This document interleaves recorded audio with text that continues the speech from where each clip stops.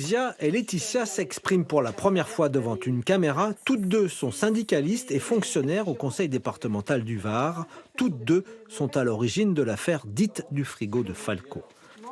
Faouzia est secrétaire générale du syndicat UNSA dans la collectivité. En 2018, elle découvre qu'Hubert Falco venait déjeuner régulièrement et bénéficiait d'un service particulier depuis 2002. Elle écrit une lettre au directeur du service pour lui demander quel était l'acte juridique justifiant cette dépense. Le président de l'époque, Marc Giraud, lui répond directement par courrier. En fait, il me formalisait une pratique au département qui, de toute façon, et je n'ai pas besoin d'être juriste, n'était pas légale. Donc, je n'avais rien d'autre à faire que le signaler au procureur. C'est la seule chose que j'ai faite. Je l'ai signalé. Après ce signalement auprès de la justice, des collègues sont venus lui conseiller d'arrêter son action.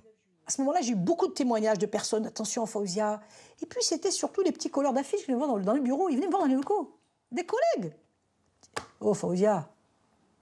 J'étais chez mon avocat, là. Il m'a dit, oh, qu'est-ce que tu fais, là? Faouzia, reste tranquille. Qu'est-ce que tu fais? Et qu'est-ce que ça peut te foutre à toi? Il me parlait comme ça. Il venait me voir.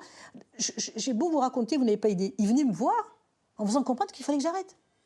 Parmi les lanceurs d'alerte au conseil départemental, il y avait Laurent Defraise. C'était le cuisinier de l'institution. C'est lui qui préparait les repas de celui que tout le monde appelait le patron. Les barquettes étaient déposées dans des frigos dédiés. Le jour où l'affaire a éclaté en interne, de nombreuses pressions ont été exercées sur lui.